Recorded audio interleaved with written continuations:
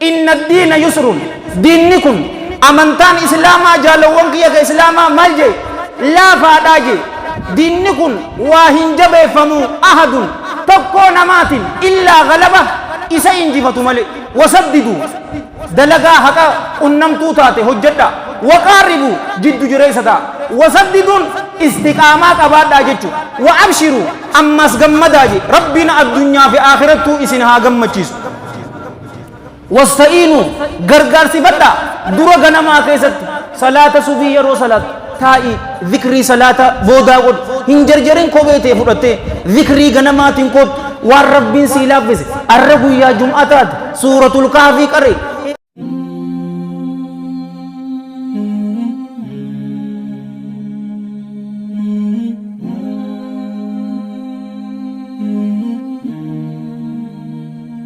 ونستغفره ونعوذ بالله من شرور أنفسنا ومن سيئات أعمالنا من يهده الله فلا مضل له ومن يضلل فلا هادي له وأشهد أن لا إله إلا الله وحده لا شريك له وأشهد أن محمدا عبده ورسوله يا أيها الذين آمنوا اتقوا الله حق تقاته ولا تموتن إلا وأنتم مسلمون يا أيها الناس اتقوا ربكم الذي خلقكم من نفس واحدة وخلق منها زوجها وبث منهما رجالا كثيرا ونساء واتقوا الله الذي تساءلون به والأرحام إن الله كان عليكم رقيبا يا أيها الذين آمنوا اتقوا الله وقولوا قولا سديدا يصلح لكم أعمالكم ويغفر لكم ذنوبكم ومن يطع الله ورسوله فقد فاز فوزا عظيما أما بعد فإن أصدق الحديث كلام الله تعالى وخير الهدى هدى محمد صلى الله عليه وآله وسلم وشر الأمور محدثاتها وكل محدثة بدعة وكل بدعة ضلالة وكل ضلالة في النار وما قل وكفى خير مما كثر وألها وإنما توعدون لآت وما أنتم بمعجزين ثم أما بعد جالوان كيك إسلاما خطبان تينية أرانتنا متدورين إسيدا دلغا غاري رتي دومون ملتو مؤمناتي جد وان دلغان غارين تاتي فري إسي جلتي وجلال لجرة أمان تنا قباتنا تمال بالما وليفسين دلغا غاري تنرتي sababolee yookaa wanta nu gargaaraniitu jira isiin tun hedduudha garuu akka qabachuu dandeessan gabaabseetumaan isinii hima khutubaan arraan tana bikka isiititti gurra qaamaa duraan gurra qalbiitiin na dhaggeeffadha wanni dura nu gargaaru sababolee san keessa Allahan jalla jalaalu gargaarsifachuudha gargaaramaan namuma rabbiin jalla jalaalu rabbi isa gargaare xiqqaataan waliyaadu billah nama rabbiin isa hin gargaarre wanni nu barbaachisu anis ta'e isinis muslimoota biraatis lubbuu teenyarraa qulqullaa'uu qabna jaalawwan kiyya ka islaamaa attajarrudiin jiraachuu qabdi yoo tajarrudni hin jiraanne dalagaa gaariin nuuf hin laaffatu as bira dhaabbadhee ka ammaan tana ana haasawu Allahan jalla jalaalu وانا لافزي في ملئ عن خير جالدتي متي خطبة في دعوة قدودي سيتي تسبيحتك سبحان الله يروتك يو الله جل جلاله نافي اللافزن قدو هندندو تنافو غرغارمان نمو ربين غرغار تكاتان والإياذ بالله نم ربين تكيزي يرو مرا ربي رغرغارسا بربادودا irra hedduun keenya jaalawwan kiyya ka islaamaa dhikrii tana ni beeynaasi ni jannaas garuu qalbii teenya keessa wa rabbil kaaba hin buune dhikriin tun odoo dhikriin tun du'aa'iin tun qalbii teenya keessatti dhiiga keenya waliin walitti laaqamte yeroo mara salaata shananuu masgiidii addunyaarra jiru ka muslimaa akkuma guyyaa jum'ataatitti guutanii تنا رسولك إن صلى الله عليه وآله وصحبه وسلم كما في الحديث الذي رواه الإمام أحمد في مسنده والحاكم في المستدرك وابن خزيمة في الصحيح وابن حبان في الصحيح بسند صحيح رحمة الله عليهم رحمة واسعة من حديث معاذ رضي الله عنه رسول كين صلى الله عليه وآله وسلم صحابتي بركاك مكان ملجين والله إني لأحبك يا معاذ الله ننسيك قد يا معاذ أنين كن سنجال الداجين بكتنا تقوها أبن أدو معاذ بن جبل أبي عبد الرحمن الأنصاري رضي الله عنه رسولا صلى الله عليه وآله وصحبه وسلم والله يا إرجما ربي أنين كن سنجال الدايوجين ونمدين كسيسومت قروا الرجالان المنما بأبي هو وأمي صلى الله عليه وآله وصحبه وسلم والله إني لأحبك يا معاذ الله ننسيك قد يا معاذ أنين كن سنجال الداجين فلا تدعنا في دبر كل صلاة دعائين أمان تنسيم ودم يوكا ذكرين أمان تنسيم بود صلاة شفا كيستي إسيتنا هندي سنيجين قال صلى الله عليه وآله وصحبه وسلم اللهم إني على ذكرك وشكرك وحسن عبادتك اللهم يا الله يا الله إني على ذكرك سيادة جرتي نغرغاري وشكرك أما سيغلتون فجرتي نغرغاري وحسن عبادتك غبرتي تول جرتيس نغرغاري جين أدو دعائن تن ذكرين بردن تن ديغا كينيا ولي تلاكم دي والله الذي لا إله غيره دلغا غاري هن هفنوس هن ديسنوس ذكري تنججو رجالو وانكي يكا إسلاما ور ذكرين تن ديغا إساني ولي تلاكم تساني ربي نواتايزو سجود كيستيس يرو صلاة الراراوني اللهم إني على ذكرك وشكرك وحسن عبادتك إسي تنرت جالو وانكي يكا إسلاما هادوهم تلمدا سببولي دلغا غاري رتي نغر غارن كيسا جد جريستو وسن الرادبرو دبو أمس إمان نقبدي إفبودتي ديبو دبو نمني وسن الرادبري نمني إبادة ربي كيستي تلستي جري كل چوتو تكم ربي نسان انجالتو جد جريستو وكذلك جعلناكم أمة وسطا أمة جد جريس هكا ورد لغو اسم قونه جي ربي سبحانه وتعالى جد جريستو إبادة ربي كيستي وسن الرادبرون هم برباجزو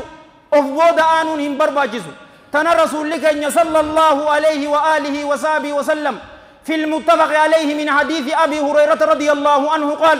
قال رسول الله صلى الله عليه وآله وصحبه وسلم إن الدين يسر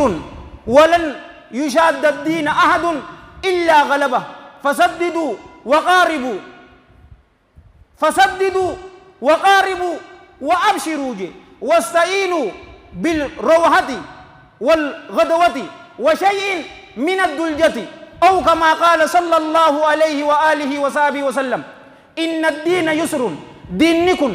أمنتان إسلاما جالوانك يك إسلاما مالجي لا فاداجي دينكم واهنجب فمو أحد تكون مات إلا غلبه إسا إنجفة ملي وسددوا دلقا حقا قنمتو تاتي هجدا وقاربوا جد جريستا وسددون استقامات أبادا جتشو وأبشروا أمس غمداجي ربنا الدنيا في آخرته إسنها غمتشيس واستعينوا غرغار سفدا درا غنما كيست صلاة صبي يرو صلاة تائي ذكري صلاة بودا قد هنجرجرين كوبيتي فرطي ذكري غنماتين قد والربين سيلافز الرقو يا جمعتات سورة الكهف قري ايغنا وان جوزو تكما هنتاني إشراقني يولال تنا أما يرو داني بات sa'a kudha lama shan irrutti aduun baate daqiiqaa 15 booda jaalawwan kiyya raka'aa lama yoo salaanne akka nama hajjiif umraa godhe guutuu rabbiin isinii katabaa je kajee hakiim hassanii miti rasuula rabbiitii salawaatullaahi wasalaamu alayhi ganama dura ganamaa keessatti dhikriidhaan ibaadaa adda addaatiin rabbi irra gargaarsa barbaadu dura halkanii keessattas washayin wahii tokko aakhira halkanii keessattis amman tana bakka tanatti wanni fadhame obboleeyyan kiyya ka islaama eega ishaa'ii salaanne sunnaa boodaa salaanne booda raka'aa 4 salaati eega naa deemi hiraata keenyaadhu maatii ta'e wajji haasawu rafi ammas ka'i waan rabbi sii laaffise salaati aboo hakaa yeroo san ka'uun naaf hin mijaawu haaya sa'aa 10tti ka'iiti raka'aa 7 raka'aa 7 danda'u raka'aa shan salaati. Rasuulli sallallahu alaihi wa alihi wasallam akkana jedhee bara yoo nuti ofirratti jabeessine nu injifata. Arraan tana lafaa kaatee juuza kudhan qur'aana qara'uu ni dandeessa, borus ni dandeessa. Baru booda ammoo hifatteetuma umral abaditti qur'aana qara'uu dhiista. Wal iyaadu billah. Arraan tana juuzuma takkaan kottu. Yeroo xiqqoo imaanni jabaate 2 godhin 3 godhin salaata arraan tana ta halkanii raka'uma takka salaati. Eegasi raka'aa 3 godhin, eegasi raka'aa 5 akkasumatti deemin lal. Galgala keessattii fi barii ganamaa keessatti galgaalsifachuun akkana jechuu jaalawwan kiyya ka islaamaa laafaadha. Diinni islaamaa dhaabbadhee salaatuu hin danda'u. Bakka tanatti tana isiniif haa ibsu. Maaliif dardara hedduu akkanatti yeroo biraa wahii arganna. Ummati fuqahaa maal jee rahmatullaahi alayhim rahmatan waasi'a. Namni tokko jaalawwan kiyya ka islaamaa dhaabbatee yoo salaatuu hin dandeenye amma atii fayyaa qabu akkana salaata Allahu akbar jennee salaannamoo kam yoo dadhabne girgiddatti irkadhuu salaati. Hin dandeessu kursirra taa'ii salaati, kursirra dura taysee salaati. Yoo dadhabde kursirratti irkatte. Aboo kursirra taa'eetu salaatuu hin danda'u. Harka mirgaa keetirratti ciisii salaati. Harka mirgaatirratti ciisee salaatuu hin danda'u. Harka bitaatirratti ciisii salaati. Gosa 6 isinii hime lakkaa'uutti hin jira ansammuuti ya keessatti. Harka bitaatiinis ciisee salaatuu hin danda'u. Akkasitti duuda keetiin ciisii salaatii. Ulamaa'iin gosa 7 kanatti namni salaataa je. Dhukkubsataa keenyallee rabbi nu haa fayyisu. Nutillee fayyaa mi'ooytuu isaa rabbi nurratti haa dhangalaasu. Diinni islaamaa laafaadha. Yoo ifirratti jabeessine nu injifata. Jiddu jireessa ta'u gaafa tokko ammas rasuulli keenya sallallahu alayhi wa alihi wa sahbihi wa sallam wala hadithu muttafaqun alayhi min hadithi Anas ibn Malik Abi Hamzat al-Ansari radiyallahu anhu. Rasuulli sallallahu alayhi wa alihi wa sallam masgida dhufeetiti hunnoo tilal muksaatan utubaa lameen tanatti haada agaree haada hidhame kan haadi kun maalii jennaan haadha hablun li Zaynab ja'aniin. Zaynab radiyallahu anha haada isiiti yeroo salaata halkanii salaattee dadhabde isii haada kanarratti irkattii jennaan rasuulli rabbii sallallahu alaihi wa alihi wa sallam haada kana hiikaa jeen darbaa nurraa gama san keessa lakkisaa waan akkanaa tokkoon keessan yeroo nashaata qabu yeroo mirqaana qabu haa salaatu yoo dadhabe haa rafuuji. Salaatul leeyli oduu salaatu jirtuu yoo hirriibisi dhufe ta keessa jirtu san fixi obboleessa koo eega sii rafi yeroo nashaata qabdu salaatu jiddu jireessa ta'uun obboleeyyan kiyya ka islaamaa akkana malee ibaadaa keessatti rinciicuu miti. Ta sadaffaa waan hin haasawuu hin hifanne saahiba gaarii filachuudha. Saahiba gaarii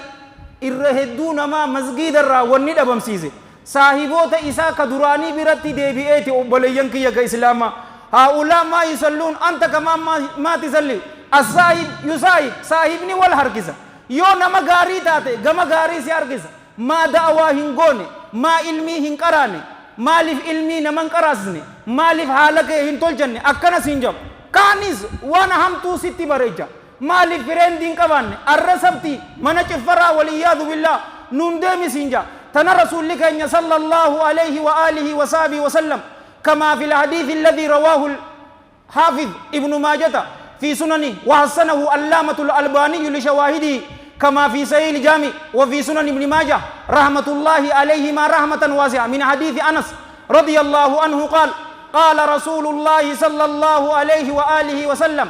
إن من الناس مفاتيح للخير ومغالق للشر. المنامات الرا نما بنتو غاري تجرا أمس uftuu hamtuutu jira. Bantuun tun waaluma lama obboleeyyan kiyya jamaa'ul kalim ja'aniin ulamaa'iin hulaan takka yoo cufaa taate ulaa sammaaniin banan qulfiidhaani bananna. Qulfiin asitti itti fadhamte ammoo namarraa nama gaarii jira. Qulfiin isaa waan gaarii malee hin badu. Qulfii san keessaa irra gaariin isii maali ni beektaa? Lubbuu keetiif nama gaarii ta'i ilmii baradhu hawaasa keetis ilmii baradhaa jeen ati beekumsa qabda isaan barsiisuudha. Arjata akhlaqa gaarii qabadha leeyli salata beekumsa qabda aboo maa daawaa hin goone namarraa nama qulfiin isaa waan gaarii bantu jira ammas hamtuu waan cuftuutu jira waan hamaa waan ta'e cufaatu gorsa isaa keessatti khutbaa isaa keessatti daawaa isaa keessatti yeroo namni dhufee isaa waliin wal mari'atu yoo darsii qaraasises waan hamtuu tana itti himeeti hawaasi akka hamtuu hin hojjanne sanirraa isaan eegaa jechuu anaa fi isiniifillee warra sanirraa rabbi nu haa taasisu warra qulfiin isaanii waan gaarii bantu waan hamtuu cuftu sanirraa rabbi nu haa taasisu ta afuraffaa obboleeyyan kiyya ka islaamaa wanni dalagaa gaarii irratti nu gargaaru yeroo mara du'a yaadachuudha warra khaatimaan isaanii tolcherraa rabbi nu haa taasisu du'a namni yaadatu guyyarraa himiti torbaanirraa himiti baatirraa himiti amatarraa himiti yeroo mara du'a yaadachuu yeroo takka dhalanne du'uun keenya jaalowwan kiyya ka islaamaa waan nurraa hin oolle waan ilmi namaa namni lama irratti wal faalleessuu miti hoggu takka dhalatte ni duutaa miti yoo jetteen nama muslimaatii miti eetistiin rabbiin hin jiru jedhu waliyyaadu billaa ni beeka na'am nin du'aa jaa dubaree nuti du'a namni kaan du'uu qabna muslimoonni obboleeyyan kiyya ka islaamaa isiisaniif akka taarika jalatti waliif himneesan isiisaniif qophaa'uun nun barbaachisu isiisan wanni qophaa'aniif dalagaa gaariin yeroo mara yoo du'a yaadanne obboleeyyan kiyya ka islaamaa dalagaa gaarii hojjechuu irratti nu gargaarti ammas hamtuu akka dhiisnu nu goote fakkeenya nama tokko dalagaa gaarii irratti ka dawwame silaa hedduudha tokko qofa isinii himee waan janaazaan jirtuun wal gaggeessina anis kaniin dubbadhe isinillee warra dhaggeeffate warra dalagatu rabbi nu haa godhu nu cufaatu rabbii yaadaa muraada keenya rabbi nu haa guutu haajaa teenya tafacaate rabbii walitti nu haa qabu addunyaa fi akhiratti rabbi jiruu gaarii nu haa jiraachisu addunyaa fi akhiratti rabbi nu haa milkeessu nama nurraa du'e cufaatu rabbiin rahmata isaaniif haa godhu qabrii isaanii caffee jannataa isaaniif haa godhu galmee isaanii illiyyiinitti isaaniif haa galmeessu kitaaba isaanii warra mirgaan fudhatu rabbi isaan haa godhu tuubuu ilallaahi wastaghfiruun الحمد لله رب العالمين والعاقبة للمتقين ولا عدوان إلا على الظالمين وأشهد أن لا إله إلا الله إله الأولين والآخرين وأشهد أن سيدنا ونبينا محمدا عبد الله ورسوله النبي الأمين بعثه الله بالهدى واليقين لينذر من كان حيا ويحق القول على الكافرين اللهم صل وسلم وبارك عليه وعلى إخوانه الأنبياء والمرسلين وآل كل وصحب كل أجمعين وأحسن الله ختامي وختامكم وختام المسلمين وحشر الجميع تحت لواء سيد المرسلين أما بعد أيها المسلمون عباد الله فاتقوا الله حق تقاته وتوبوا إلى الله جميعا أيها المؤمنون لعلكم تفلحون obboleeyyan kiyya ka islaamaa dalagaa gaariirra dawwamuun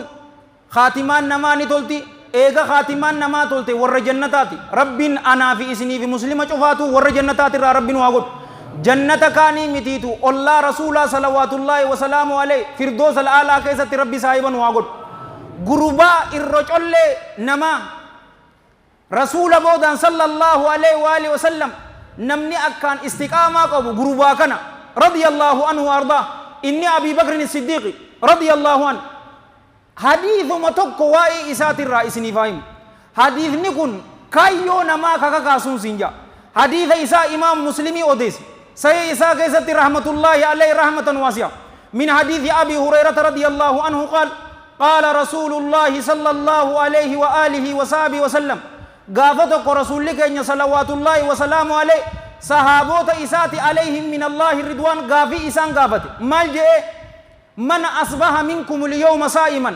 أران تنانكيزت إسنرا إن يوتو حال سومنك أبون غنمت سينيجئين قال أبو بكر رضي الله عنه أنا جئين أبان بكري يا إرغما ربي أنا تو حال سومنك أبون غنمت سينيجئين أما رسول صلى الله عليه وآله وسلم من أطعم منكم اليوم مسكينا أن يوتوتو إسنرا نما مسكينا نياتي سيجين أبي بكر الصديق رضي الله عنه أنا جين يا إرغما ربي أما رسول صلى الله عليه وآله وصحبه وسلم من تبع منكم اليوم جنازة أن يوتوتو أرانتنا كيستي جنازة جل ديمي ريفكتو قدوفي إرسلاته قبري جيسي كأول أينيو جنان قال أبو بكر رضي الله عنه أنا جئن أما رسول صلى الله عليه وآله وصحبه وسلم فمن أطعم منكم اليوم مسكينا تنجئن فمن عاد منكم اليوم مريضا تأفرفاتا أينيو توتو أران تنانكيستي نما دكوبستي إسن الرقافة جنان قال أبو بكر رضي الله عنه أنا جئن يا إرقما ربي نولين جرتني أبوليان كي guyyaa tokko keessatti sommane nama dhukkubsate gaafate miskiina nyaachise nama du'e irra salaate janaazaa jalaas deemee qabritti awwaal dalagaa afur gurguddoo dhaani dhufe yeroo kana rasuulli sallallahu alayhi wa alihi wa sahbihi wa sallam majtama'na fi imri'in illaa dakhala aljanna wanni afuran ammaan tana dabarsine tun dhiirticha tokko keessatti waa walitti hin qabamtuu je qabamtee hoo yoo warra jannataa ta'e malee isinii fi maatii ta'e sanuu rabbii warra jannataa isin haa godhu dalagaa gurguddoo ammas iccitii hadiisni kun qabu maali ni beeytanii yoo waan takka dadhabdan gara waan takkaatitti deemus nama gargaarti ammaan tana qur'aana bantee qara'uu jirta juuza takka atii qara'ee dadhabde rakkoon sirra hin jirtu qur'aana san cufi deemi nama du'e agarte irra salaati awwaali yookaanuu masgiida wahii gargaaru jiran qalama godhu jiran wahii godhu jiran isaan bira dhaqiiti isaan gargaari deemi firaqee niyyaadhaan maxxansifadhu waan tana cufaatu harkattaniin isiniin jaa yoon hin dhugaa qunname rabbi irraa yoo dogoggore hammeenya nafseetiyyaatiif sheexaana irraa karaa bareedaa kana isin yaadachiisee ani itti hojjechuu dhabu irraa isa Allah hin tikama isiniif karaa jannataa dildila isinii ta'e ani bidda jahannam keessatti wal iyaadu billah na darbu irraa isa Allah hin tikama anis kaniin dubbadhe isinillee warra dhaggeeffate warra dalagatu rabbi nu haa godhu nu cufaatu rabbi nu haa milkeessu Allahumma aizza al-islaama wal muslimiin اللهم اعز الاسلام والمسلمين واذل الشرك والمشركين ودمر اعداء الدين واحمل الاسلام في كل مكان يا رب العالمين اللهم بك نستنصر فانصرنا واليك نلجا فلا تردنا خائبين اللهم كل عبادك المستضعفين المسلمين في كل مكان اللهم ايدهم بتأييدك اللهم كن لهم عونا ونصيرا اللهم ادفع الظالمين بالظالمين ونجنا من بينهم سالمين اللهم سلط الظالمين على الظالمين ونجنا من بينهم آمنين اللهم شتت شملهم اللهم فرق جمعهم اللهم اقلل عددهم اللهم فل هدهم اللهم اجعل الدائرة عليهم اللهم ارسل العذاب اليهم اللهم مزقهم كل ممزق مزقته لاعدائك يا رب العالمين اللهم انزع ملكهم لا ترفع لهم رايه ولا توقر لهم غايه واجعلهم لمن خلفهم ايه يا قوي يا عزيز يا ذو القوه المتين يا رب العالمين اللهم انصرنا على من عادانا اللهم انصرنا على من ظلمنا ولا تجعل مصيبتنا في ديننا ولا تجعل الدنيا اكبر همنا ولا مبلغ علمنا ولا تسلط علينا بذنوبنا من لا يخافك فينا ولا يرحمنا اللهم نفس هم المهمومين اللهم فرج كرب المكروبين واقض الدين عن المدينين واشف مرضانا ومرضى المسلمين وارحم موتانا اجمعين وفك اسر الماسورين ووصي على عبادك المقلين لا اله الا انت سبحانك انا كنا من الظالمين ربنا اتنا في الدنيا حسنه وفي الاخره حسنه وقنا عذاب النار ربنا لا تزغ قلوبنا بعد إذ هديتنا وهب لنا من لدنك رحمة إنك أنت الوهاب اللهم صل وسلم وبارك على سيدنا محمد وعلى جميع المرسلين وآخر دعوانا أن الحمد لله رب العالمين قوموا إلى صلاتكم يرحمكم الله